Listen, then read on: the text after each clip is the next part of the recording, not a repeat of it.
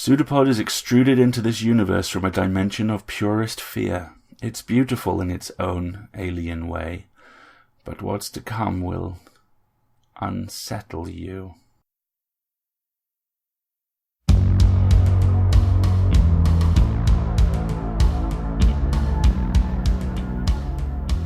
Pseudopod, episode 663, August 30th, 2019. This week's story, Birds of Passage, by Gordon B. White. Lead me to a lonely place, dressed for opening time.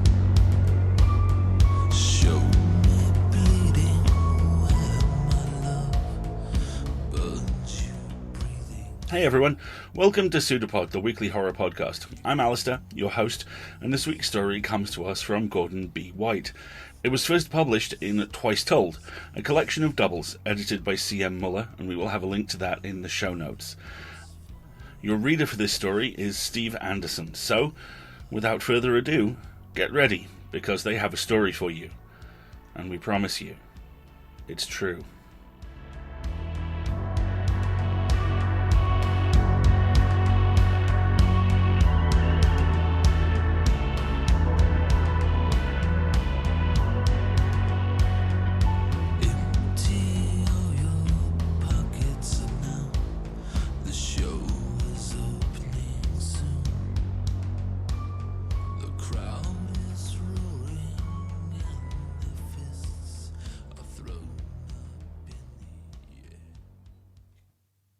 Birds of Passage by Gordon B. White. Narrated by Steve Anderson. If I didn't inherit my father's natural instinct for adventure, it was drummed into me steadily enough by the time I was a young man that you wouldn't have been able to tell the difference. If you don't go looking for adventure, he would say, adventure will come looking for you. Over the years, I got so used to the counter-programming against my inborn tendency towards the comfort of safety that I wonder, if left to my own natural limits, would I have turned out differently? Are there other dimensions with less driven, but perhaps more content, versions of me? I've thought about that a lot since my father died. My father and I had plenty of what he would call adventures, even though we sometimes disagreed on what qualified. Road trip to the mountains and across state lines? Sure, that counted. Pushing his broken car to the dealership and walking home? Not in my book. Nowadays, although I would not trade any of them for the world, the years have smudged away most of our individual adventures. However, I will never forget Cotner's Creek. I was 10 years old, and it was Labor Day weekend. I remember that clearly, because there are only two real sections of my life, before that trip and after. If I ever were to return, I wonder if there will be a third fork, or if this is it. My father would have known, of course, but he's not likely to tell me now. It's not impossible. Nothing truly is, but it's very unlikely. We'd spent the week before preparing for the trip. In retrospect, I realize now how much of it had been planned in advance, but the way that my father involved me made it seem like as much my trip as his. It was as if we were equal partners stocking up for the expedition. From the way he consulted me about which canoe to rent, to the excursions up and down the supermarket aisles, shopping for 2 days of river rations to fill the cooler that would sit between us, I seemed to have a say in every part. Finally, I thought, I was a man, and my opinion mattered. We excavated my mother's garage until we rediscovered the musty relics of sleeping bags, poncho liners, and other accoutrements for camping. These were leftover things that had been squirreled away after he'd gotten married and stayed buried after he'd gotten divorced. But even their stale smells were akin to the yellowed pages of an old atlas, a reminder of adventures past and the empty spaces where still more hid. Although we had a tent, too, we agreed that we wouldn't bring it, because the forecast was clear and we wanted to sleep beneath the stars. What was the point of two men heading out into the wild only to hide from it all? We wanted to experience everything. Because I was an equal partner in name and spirit, if not in stakes and logistics, a brackish current of trepidation and excitement swept me along. What if we got lost? What if we capsized? Where would we go to the bathroom? Were there wild animals? Would it be cold? My father laughed at all of these questions, but gave me straight answers, although most of those scenarios never came to pass. What did happen, though, was something that I could never have understood how to ask. Even after we went down Cotner's Creek, I'm still not sure I can. My mother drove us down to the bridge over Cotner's Creek, out off the interstate between Statesville and Wallace, which is near where my father grew up. The highway crosses through long fields of cash crops, slit by the occasional meandering river, and further hemmed in by fingers of undeveloped forests. In the summer, those fields are heavy and green, swaying under fleshy tobacco leaves or tight-lipped balls of cotton. By the fall, however, they're in the process of being stripped bare and harrowed through for the next year's planting. It was Saturday, and she planned to pick us up further down the river the next afternoon. She watched as my father and I offloaded the rental canoe, our camping gear, and the igloo chest filled with provisions. It was only years later, when she was moving in with her next husband, that I came across a snapshot she had taken that day when I wasn't looking. There I was in a bright red cap and bright orange life preserver, a figurehead on the bow of the canoe like a little ornamental torchbearer. Behind me, my father is caught in just the slightest profile, forever frozen in the act of pushing off along the winding path of water and toward the veil of trees beyond. I've looked at it many times, but I still can't read in that sliver of his face if he knew what was going to happen. As we set out, though, in the full of morning's light, it was a grand adventure. Paddling with the river gave the sensation not so much of leaving the world behind, but as if we were pushing further inside it. Our surroundings changed along each bend of the river, as if the banks were contorting themselves to show off every aspect as we moved deeper into its coils. Open fields gave way to trees, but then a broken-ankle turn would reveal a fenced-in yard. At times, the creek thinned out to barely a stream, but then another turn opened up to cataracts of near whitewater rapids. No matter how many stories I'd heard from my father, watching the world switch from inhabited to primeval, from narrow and cultivated to wide and bursting with wild energy, was seeing the shift with my own eyes that brought me understanding no story ever could. As we moved through these unfolding aspects, all united by the almost arbitrary cut of the creek through their disparate dimensions, it was as if I was moving backwards past my father's stories and into a deeper, stranger imagination. There is one part in particular that sticks out to me more than any other. We had just come through a peculiarly narrow pinch of the creek and opened up into a wide, glassy pool. The water was brown, but transparent for about a foot down before it clouded over, resisting the sun that punched through the grasping branches and into the shallows. Beneath us, as if the shade of our canoe was obfuscation from a higher plane, long-bodied gar swam up from the clouded depths and followed beneath us.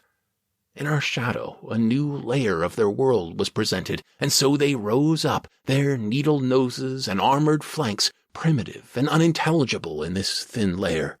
I wondered if they knew that my father and I could have held gig hooks to spear them, or nets to ensnare them, but that to us in particular they were curiosities. They had lived for decades in this river, and their ancestors had for millennia been kings of this simple cut of water through the deep red banks. But even though they knew nothing of us, we could have, had we wanted, been a danger. Still, they swam and basked. They dove back deep into the blackness. And if they saw us, if our canoe and our unused armaments registered to them at all, it only gave them more freedom, allowing them to rise higher in our shadow before descending back into their depths, unable to ever properly describe to their fish wives and fish children what marvels they'd seen. Is it any wonder, then, that as the whole world of the creek grew so gradually stranger and stranger the further we traveled, as new creatures swam up and the banks bleached from red to gray, as the trees grew crooked and vines hung like witches' hair, that I failed to appreciate the full extent of how different things truly had become. As the day ended and the palimpsest of sunset colors and evening sounds settled around us, we found a bend in the river with a wide open field next to it. Because it was so vast and clearly unused by other people, we set up camp further off the bank, up on a little rise. The canoe stayed below, wedged into the gray clay at the waterline and lashed to a few saplings. We spread our tarps and bedding over the dead leaves and gnarled roots, but the ground's chill still permeated up through the layers. The night was cool, and a thin film of clouds swept back and forth across the wide, hungry sky. We were just at the point where the ground opened up into the field, and the trees overhead still clung to the modesty of a few leaves, but beyond them the silver teeth of stars were starting to nibble through the bruise of the evening. Looking up, the night felt cooler to be that bright with distant fire. We made our own fire of the thick branches already littering the ground. Although it hadn't rained in days, those long arms of wood had soaked up the moisture from the cool ground and the water below. Their bark hung like damp skin, hissing and whistling before taking the flame. Still, once we had the fire going, the cocoon of light it wove was enough to make me feel safe within its embrace. After a day of paddling, our provisions of box juice, peel-top soup cans, and King's Hawaiian rolls was practically a feast. As usual, we talked about small things. My school, our plans for a treehouse once he found a new place. But all of it took on a grave importance there by the river. It was as if we were discussing ancient things, as if our lives outside the woods had become myths that occurred centuries ago, or perhaps that wouldn't occur for centuries yet. Maybe it was that dislocation that unmoored my father which sent him back down that silver thread of memory outside the firelight. Whatever the reason, he then told me a story I'd never heard before. "When I was a boy," he began, "I grew up about 15 miles from the bridge where we set off. You know how I've told you before about my best friend Gary? Well, he and I did this same trip that you and I are doing. Gary and I put in at the same spot, although it was a different bridge back then, an old one made of bricks that they tore down when the highway came through." The thing about his stories, I've come to realize, is that I never could quite tell when they were true and when they just felt that way. They all felt real enough then. And in time, all the past takes on that same grain that blurs true and untrue, so the only thing I guess that really matters is who remembers it, and how it felt to hear it. He went on. "When Gary and I made this trip, though, it was summer. It was so humid that year, so damp in the air, that, do you remember that little waterfall in the rapids we took after lunch? Well, he and I did the same thing, but we got a good foot further past the edge before we tipped over, because the canoe was paddling through that steamy air." "Was it the same as it is now, though?" I asked. "Because it feels, maybe, strange?" I couldn't quite put what I felt into words, but from the slight drip of a frown that escaped him, I could tell he knew what I meant, but that he hadn't been planning on taking his story down this path, at least not yet. "Yes." He swallowed hard and looked at me with the steel glint that meant this was man talk, no anger, no fear, but still deathly serious. "I think that's why I brought you here. This place is—" He fluttered his hand for a moment, trying to conjure the right word out of the fire. "It's a soft place, I think. It isn't quite here, and it isn't quite there. There aren't people, and there aren't roads, but you can feel that something more surrounds us. It took me a moment to respond. I held a paper towel napkin in my hands, which I balled and unrolled to an unheard rhythm.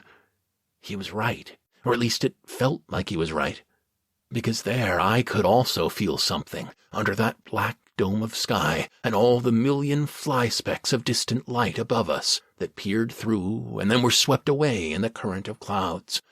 Some enormousness that seemed to both pull me up and press me down at the same time. Out in the distance, the soft yellow bruise of light pollution over far-off cities seemed like dapples of light on the river bottom, obscured by layers of some other medium that my father and I were now suspended in, just like Gar in the river. I feel it, I said, although the description of it wouldn't come to me for years. But the way I said it, my dad knew. He nodded. I don't know what you'd call it, he finally said. With a slender stick, he prodded the embers on our low fire and sent the shadows skipping like water bugs. Maybe the bigness of nature or great spirituality. Something, though, you don't feel at home. He looked out for a moment at the darkness, at the stars above. Sometimes, he said, I think about all the possible worlds we could have lived in, but that we're in the one that makes you my son and me your father and brings us here. It sounds stupid. He paused. But sometimes I look at you and I think, are you real? Yeah, I said. He laughed, and I smiled, even though I don't know if he saw me do it, there in the shadow just beyond the fire's light. For a while we just sat and listened to the world.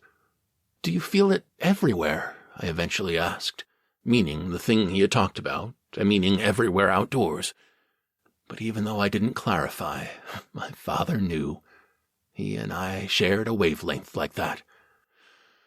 Maybe if you try real hard, but I've never felt it quite like I feel it here. He leaned back, caught between the orange light below and the silver light above. Just think, he went on, that outside of our firelight, it's miles to the nearest town. Straight up and out above us, for millions of miles, is nothing but empty space. Beneath our skin, hidden from sight, run rivers of blood and cells and atoms, and deeper still, the empty space between them. You and I and everything else are just thin layers between space and distances, just skins between mysteries we could never know. He stopped, probably wondering if he'd gone too far or said too much. Then he looked at me and asked, Are you scared? No, I said, but it is a little scary. Yeah, he nodded as he spoke, but it's also kind of awesome. As if to underscore the end of that thread, I threw my crumpled napkin into the fire. I watched, however, as the edges caught the ember, glowing and curling up at the tips like wings. It must have been shaped just right by the chaotic worrying. A broken bird accidentally birthed through dirty origami, because the folds caught the warm air beneath them, and it was buoyed up, burning, into flight. Up over the fire we watched it rise, catching feathers of flame as it rose, shrinking and consuming itself from the outside in as it drafted up toward the stars. All told, it couldn't have taken more than a few seconds. But in my mind there is a forever playing slow-motion shot of the paper phoenix rising up into the blackness and fading from view, too far, too small, too burned, until it seemed to be swallowed into the night beyond us.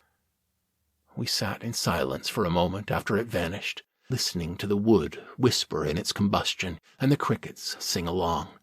Behind us the water chuckled softly, and on the other side the great open field lay quiet in the starlight. Everything just beyond the fire was bluer than the deepest water, and beyond that, only black.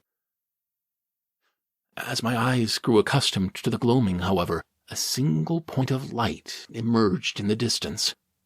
Seeing it too, my father stood up and pointed across the field. Despite the stars above, the darkness was like a curtain of black wool pulled from the ground to the trees. But across from us, near where I remembered the opposite tree line being, there was a glow. It was faint, but pushing through the cover was a hot vein beneath night's scales. "Is that a fire?" I asked, but I knew it was. Immediately, I recalled the rising flame from our fire, and had visions of a soft coal falling across the field, catching hold there on the ground. "Did we do that?" "I don't think so," my father replied. "It looks too big, and it's too damp for anything to catch from that little spark." "Is it other people?" My imagination again went to the other side, now peering around at the possible figures surrounding that distant beacon. I had thought that we were far from town, and it seemed unlikely that anyone else would find the same adventure here that we did. I didn't have the capacity then to conjure up a full parade of horribles, but dim shapes around a greasy fire were enough to set my hairs on end. As we watched, though, across the field a single flake of fire rose up into the air. From our distant vantage it was just a speck, like a star falling upwards in bad gravity, but I knew what it was. The fragile paper wings of a crumpled bird rising and vanishing in the air. I knew that ours had looked the same at this distance. My father moved from the fire's edge to the border of the darkness. Eyes ahead, he leaned down to probe the shadows, returning with a long, broken branch. The branch's tips were still clotted with leaves, which my father then dipped into our dwindling fire. They smoked, but the flame caught hold and soon gripped the branch in full. My father stood, holding the fiery flag before him like a bright red wing. Then, turning to face our far-off friends, my father began to wave the burning branch, back and forth, then pause, then again. It felt like hours, but must have been only minutes, because my father's makeshift torch had only just burned itself out when we received a response. There it was across the field, as if in a black mirror of a river light years away. The response, or the perfect mimicry in flaming semaphore, back and forth, then again, then nothing. My father was many things over the course of his life, but what he was that night was calm. While images of monsters crowded my head, haunting visions of dark-eyed reflections of a black-eyed father and son waving their flaming lure across the no-man's land between us, my father remained sanguine. "Okay," he finally said. "Well, it must be people like us, probably just passing through." I wanted to believe him, but what gave him away was the stoic deadness to his voice. He was a man of large passions and bold humors, so to hear him modulated was even worse than silence.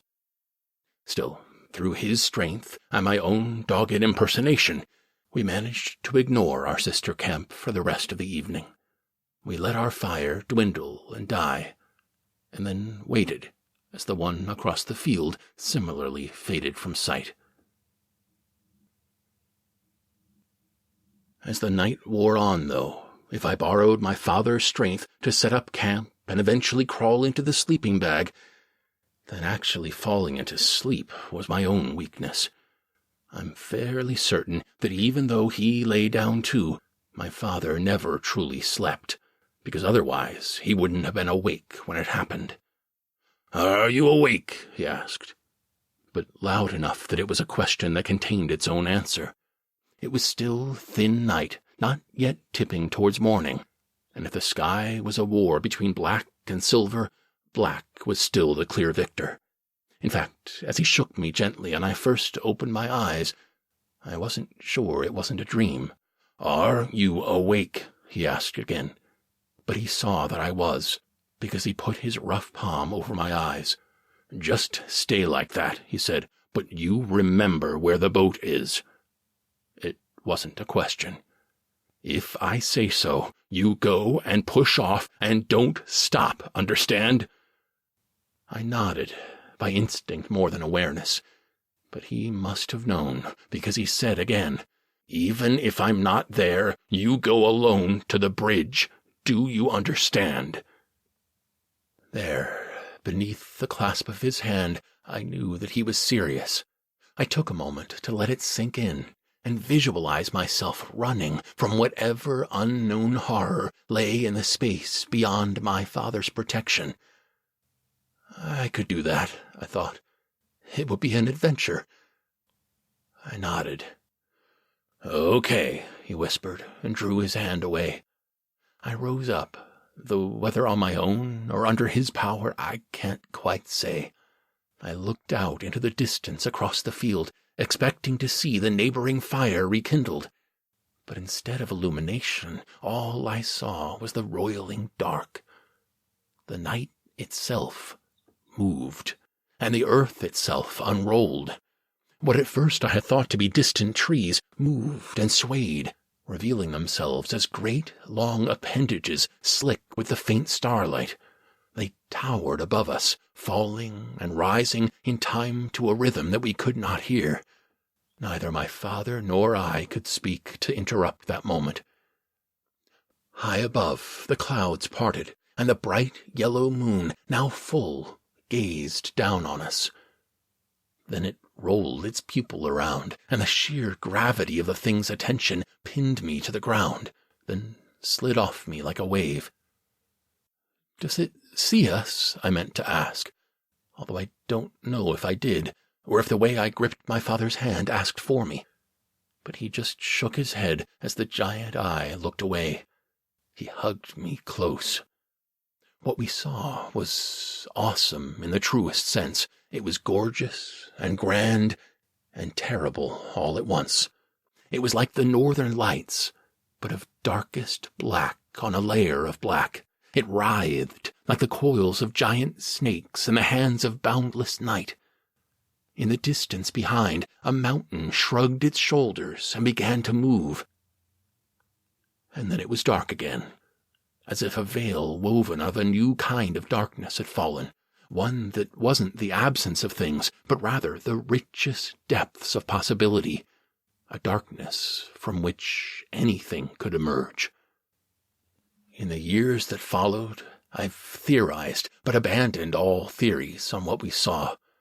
Something ancient from beneath the earth that sunk away again without a trace.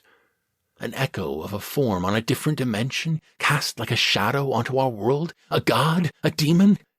In the end, I don't know what to call it, but seeing it made me joyful.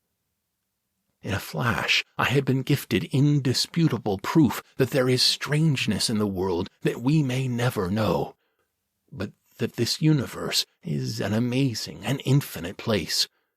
Even if our roles are smaller than we could have ever imagined, to be a part of such a grand machine made me ecstatic.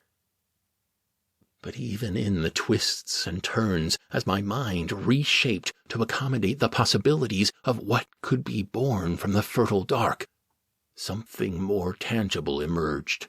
Across the field, 2 globes of light rose up from the ground. Steadily they began to move, bobbing and undulating like nodding cyclopses across the field. My father and I both looked down at our hands to make sure we weren't doing anything that these lights were now mirroring.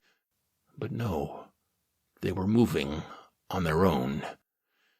"Shit," my father said. It was a rare curse that slipped past his lips, at least when I was around. What he did when I wasn't around, however, is something that no one but the dead can answer. At some point, I suppose, he must have planned what he did next. But I don't know when he could have. Maybe as you get older you have a store of actual or imagined experiences to draw from as needed, some stock built up in worries or dreams.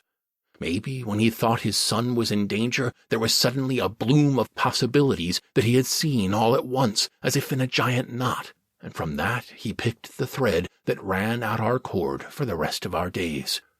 All I truly know is that he moved without hesitation. He picked up a stick and shoved our remaining roll of toilet paper on it. He handed it to me and grabbed another stick, repeating the process with a roll of paper towels. 2 sprays of lighter fluid and a light anywhere match struck against a rock, and suddenly we both held torches. Although the burst of light blinded me, washing out the rest of the world beyond that blast of illumination, in the distance I could make out giant shadows crawling across the empty fields toward us. The bulbs of their illumination still gleamed even in my swollen eyes, but I wonder what possible horrors or beauties the glare had spared me. "Wave your torch up and down with me," my father said. We did, like the beating of a bird's broken wings, out of unison. Out across the field, although still drawing closer, the iridescent spheres held aloft by the long, dark things did the same. "Run out 10 steps, wave it, then run back to me." I ran, every step away from my father, pushing deeper into the viscous night. I waved my flaming beacon, and saw him do the same with his. Across the field, the appendages, for what else could they have been other than some intelligent part of that great mass, mimicked our motion. I ran back to my father, the torch swaying up and down, as my distant double did the same. Reunited by the ashes of our dead fire and our makeshift torchlight, I saw a look in my father's eyes that I had never seen before. I knew love, and I knew dedication. Till that moment, I did not know sacrifice. He grabbed my torch from me and swung them both up and down, across the field, and drawing closer, the 2 lights did the same. "Stay here," Dad whispered. "Close your eyes and count to 100. If I'm not back by then," he nodded toward the river, "you take the canoe. Got it?" "Yeah," I managed to say. He smiled. "It's an adventure, isn't it?" Then he ran, out into the empty field and away from me, swinging the branches of fire like a bird flapping its wings, drawing a path across the dark sky. Across the field, the 2 lights did the same. They followed him out into the void, towards the wall of the woods on the far side of the field. I closed my eyes and started counting. Surrounded by the silence, every number in my head was an explosion. At 10, I was brave. By 20, I was frightened. I was sucking back tears by 30. But the night seemed to swallow my sobbing, and by 60, I had stopped. I made it to 100, because that's what my father would have done. In part, though, I think I wanted to give it as long as I could to see what might happen. Most of what occurred next I can remember, but all the details are so wound together that even now I lack the perseverance to fully untangle them. So I instead decisively cut through it with only a glance at the pieces. How I opened my eyes in darkness and stumbled over roots back to the banks. How I shoved the canoe out into the black road of the river. How blobs of light seemed to follow me along the shore even as the current pulled me away, fading in the growing dawn, until I realized I was starting at patches of the rising sun coming through branches over the smoking silver ribbon of water. Hours passed. When I finally got to the bridge, I leapt from the canoe. Feet sucking into the red clay bank, I wrestled the boat up into the switch-thin reeds to wait beneath the very literal and mundane crossroads. Over the hours, from gray dawn to robin's egg blue morning and on to golden noon, my terror ebbed. In its wake, however, I could feel there was a new high-water mark drawn onto my soul, a place where the fantastic had reached up to and left its thin but indelible line. I didn't know then that I might always be searching for that level again, but in the bright light of day, and later, too, even in the darkest night, I knew that there was nothing in this world, or any other, for me to truly fear. As a result, when the forest wall down beyond the bend began to creak, I again felt that equal mixture of excitement and trepidation, as the skin of the woods trembled, as the knots of branches began to spread, as something emerged. I was open to the full possibility of what might be emerging. But still, I was surprised to see my father stumble out of the branches. My father, his face ash-gray, and his beard much longer than it should have been. My father, staggering beneath some unseen weight, looking gaunt and haunted, and as if he was surprised to find himself in the space that he now occupied. He must have seen the canoe or the movement of the weeds, though, because even before I could call out to him, he broke into the closest thing he could manage to a run, bending and tripping through the deep mud and the high grass. "Gary?" he called out as he approached. "No," I managed to say. At the sound of my voice, even though every movement was already falling over the top of every other, he moved even faster. He crashed through the last few feet, almost collapsing on top of me, but then wrapping me up in arms that felt thinner than I remembered from the night before. "Is it you?" he asked, pulling me close. "Are you real?" "Yeah," was all I could say. He hugged me then, hard, and I'm not ashamed to say I cried. With my face buried in his chest, I could smell the river, but also his sweat and the fire's smoke and something that tingled, like if magnets had a smell and you spun them north to south beneath their nose. I never loved anyone more. "Let's not tell your mom, okay?" he said. At the time, I thought it was the standard seal of the adventure that we keep it to ourselves. It was only much later that I realized we wouldn't have been able to adequately describe it. It was better, I now understand, to hold the knowledge of an unlimited world in silence than to make it smaller by trying to explain it. We only spoke of it once afterwards, years later when he was in the hospital for the last time. His wife and my sisters were outside talking to a doctor, and the whole coterie of aunts and cousins were waiting in the lounge like a conspiracy of ravens. So I was the only one by his bedside when he opened his eyes. I leaned in close because his throat was parched and his voice was breaking. "I'm not afraid," he said. He hadn't said what about, but there was really only the one thing, the big other that hovers over most of us. "That's good," I said, "because I might be." I was used to his trailing off by then, and was glad of the silence that bubbled up. But then he spoke again. His eyes got suddenly clear, and his voice was strong, like we were back on the river and talking serious man talk again. "Do you remember Cotner's Creek?" I nodded. "I'm glad we were together to see it," he said. "Now, though, there's something else." "I know. I'm not afraid," he said again. The way he looked at me, but beyond me, I don't know what he was seeing, or if he was fully with me, but it's the only thing that I would give anything not to truly know. Then he said it. "It's an adventure, isn't it?" He squeezed my hand, his taut sinews closing in like a bird's talons or the long mouths of a school of gar. Then he closed his eyes and fell back into something like sleep. Beneath his thin covering, deep blue rivers of veins pumped slowly along, and I could hear his breath rattling beneath the paper of his skin and the great empty space behind his ribs.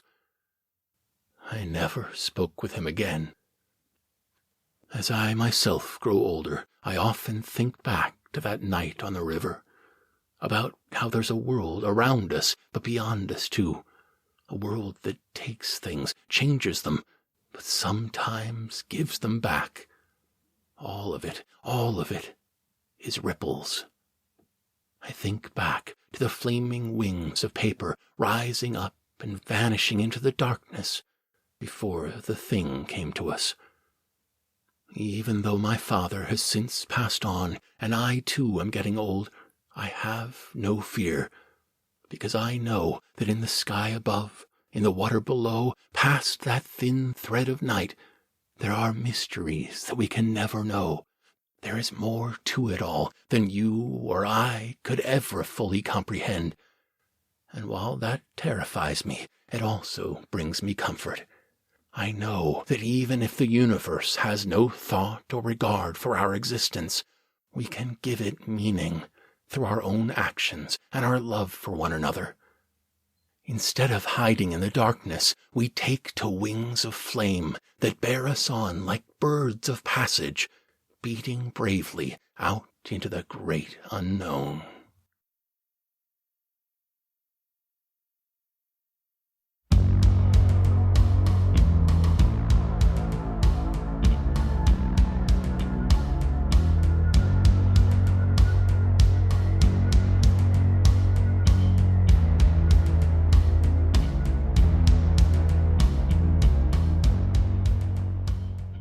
Gordon had some pretty extensive notes about this story, and it's all really interesting stuff. Here they are. This story draws a lot from my relationship with my late father, as well as an actual canoe trip we took when I was young. Since my father passed away, I've thought a lot about how encounters with the weird or strange need not necessarily invoke horror, but how the revelation of infinite possibility could, once the immediate shock fades, be a source of hope or comfort, even in the face of loss. My father was a fantastic storyteller and had a great talent for repurposing classic tales. As a result, while several readers have mentioned finding echoes of Algernon Blackwood's The Willows in this story, my only previous exposure to Blackwood's tale had been through my dad's retelling of it. I've since read The Willows and can see where my dad took liberties with his version, but then again, I've done the same here. In a way, that seems fitting. I like to think that he would have enjoyed this one. Speaking personally, I have no doubt he would. Like I say, interesting stuff, and speaking personally, I have no doubt he would enjoy this a great deal. There's a quote in this story which I love, because for me it embodies everything I love about this piece. A darkness from which anything could emerge. I get in a lot of trouble every now and then for talking about horror as an inherently hopeful genre, and it is. And what sort of hope it provides depends on your mood. The darkest flavour is, of course, schadenfreude. We laugh because we would never do anything so stupid. We scream at the two-dimensional monster that is safely trapped within those two dimensions. We embark on a journey into the darkness on rails, knowing full well that however bad it gets, we will come out the other side. The ride will stop. It is, to quote one of the greatest comedians of all time, just a ride. Then there's the kind of horror embodied by that quote and this story. The kind of horror cut with the espresso buzz of joy, of discovery. The repeated refrain here, it's an adventure, is one redolent with meaning, and by no means all of them positive. This is what happens when you step off the track. This is what happens, it's implied heavily, when whatever's just off the track sees you. I have to be completely honest, what haunts me about this piece is its beauty. It speaks on a deep and primal level to the same things that make me love The Mist, Cloverfield, Tim Lebbon's superlative and underrated Coldbrook. The beauty of the alien is the baseline to every genre of speculative fiction. Hell, I'd argue every genre. We move instinctively towards the Leviathans glimpsed off the path, precisely because they are both Leviathans and off the path. We are attracted to the new, not just because it could destroy us, but because it's new. I saw this last week, driving up the country through 3 sets of hour-long traffic jams, all of them caused by people wanting to look at big construction equipment in motion, because big construction equipment in motion is cool. Sometimes what's off the path is not big construction equipment. Sometimes it's adultery. Sometimes it's murder. Sometimes it's alien life, or the books that help young witches escape. Sometimes it's the voice a young black woman needs to articulate the problems her neighborhood refuses to buckle under. Sometimes, and this is that rarest of instances where I can legitimately quote my favorite scene from Ghostbusters 2, sometimes it's just some big lizard. Always beautiful, always terrifying, always there. And that constancy, that knowledge, that is hopeful too. I love this piece. You may be able to tell. So, let's talk about Patreon. We are in the same month now that the SFWA will increase the baseline pro qualifying rate from 6 cents a word to 8 cents a word. We are doing right. We're under $1,000 off reaching the level on Patreon where we can adjust to that. But we're not under $1,000 by much. There is, progress is good, but progress is not there yet. And I wanted to take a moment to talk to you about why we're doing this and why we need you. It's really very simple. That pay bump is overdue, the 6 to 8 cents a word. And it impacts the industry in a way which in the short term is very challenging, which is struggling to be able to find that extra money, but in the long term we believe is going to be very positive, because everyone deserves to be paid a fair wage for what they do, and this pay rate has been static for years. I've seen figures, they're apocryphal ones, which suggest that it has been largely static for significantly longer than that. So obviously we want to help out. Obviously we want to stay as a pro-qualifying market, and we want to pay our authors more because they're amazing people. And that's one of the two big things that we're doing with Patreon at the moment. The other one is paying our associate editors. You know them better as Slush Wranglers. Slush Wranglers are the unsung heroes and heroines of the entire industry. They are the point of contact between every publication and every author. It is that simple. They will send rejections, they will send acceptances, they will fight for stories to get them up the line to editors. Everything that we do, the stories that define us, the very concept of one story told well, begins with associate editors. Very few of them, industry-wide, are paid. That's not right. And that is the other goal we have with our Patreon. We want to be able to pay 8 cents a word for our authors, and we want to compensate our associate editors for their time. And both of those goals ultimately dovetail into one thing. They will make the industry better.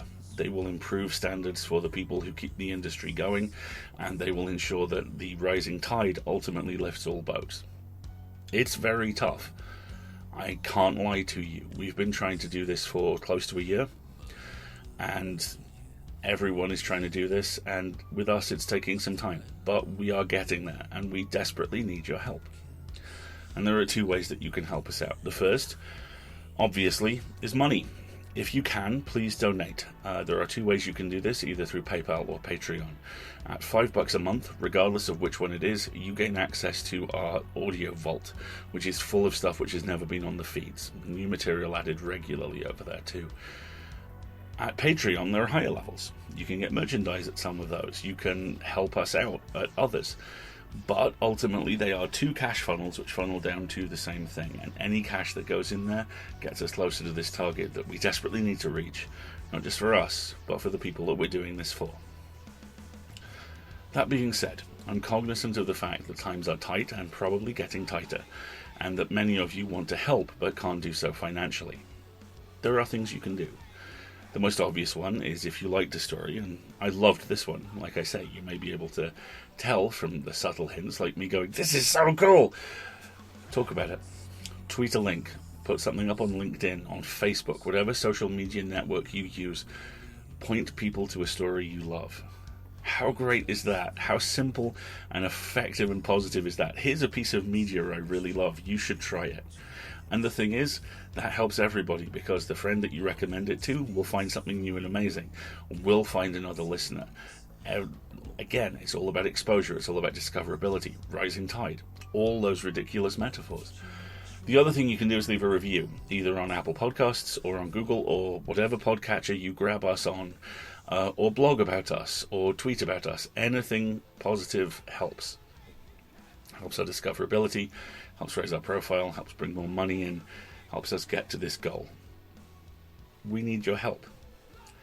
And brilliantly, you can choose what sort of help you give us. So if you can, like I say, regardless of whether it's financial or creative, do please pitch in.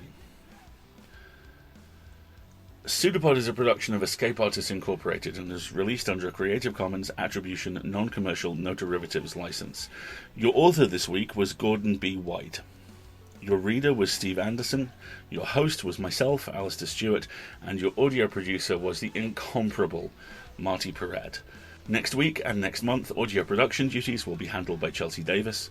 I will continue to be your host. The show will continue to be a production of Escape Artists Incorporated and released under a Creative Commons Attribution and Non-Commercial No Derivatives license. And the first story of September is the Thames Valley Disaster, written by the magnificently titled Charles Grant Blair Findle Allen and narrated by my good self.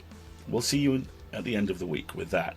And in the meantime, I want to leave you with a quote from another one of the best examples of this lovely kind of story that I just absolutely adore. The Foghorn by Ray Bradbury. One day many years ago, a man walked along and stood in the sound of the ocean on a cold, sunless shore and said, "We need a voice to call across the water to warn ships. I'll make one. I'll make a voice like all of time and all of the fog that ever was.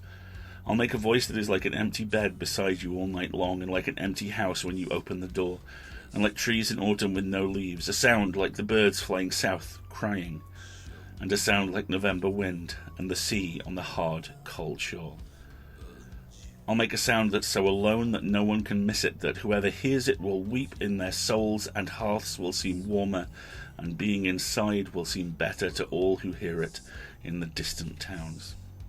I'll make me a sound and an apparatus, and they'll call it a foghorn, and whoever hears it will know the sadness of eternity and the briefness of life."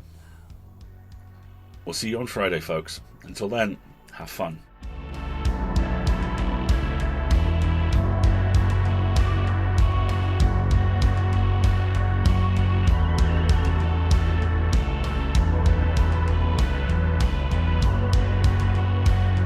It's a pseudopod. It's a big foot. It's all about podcasts these days.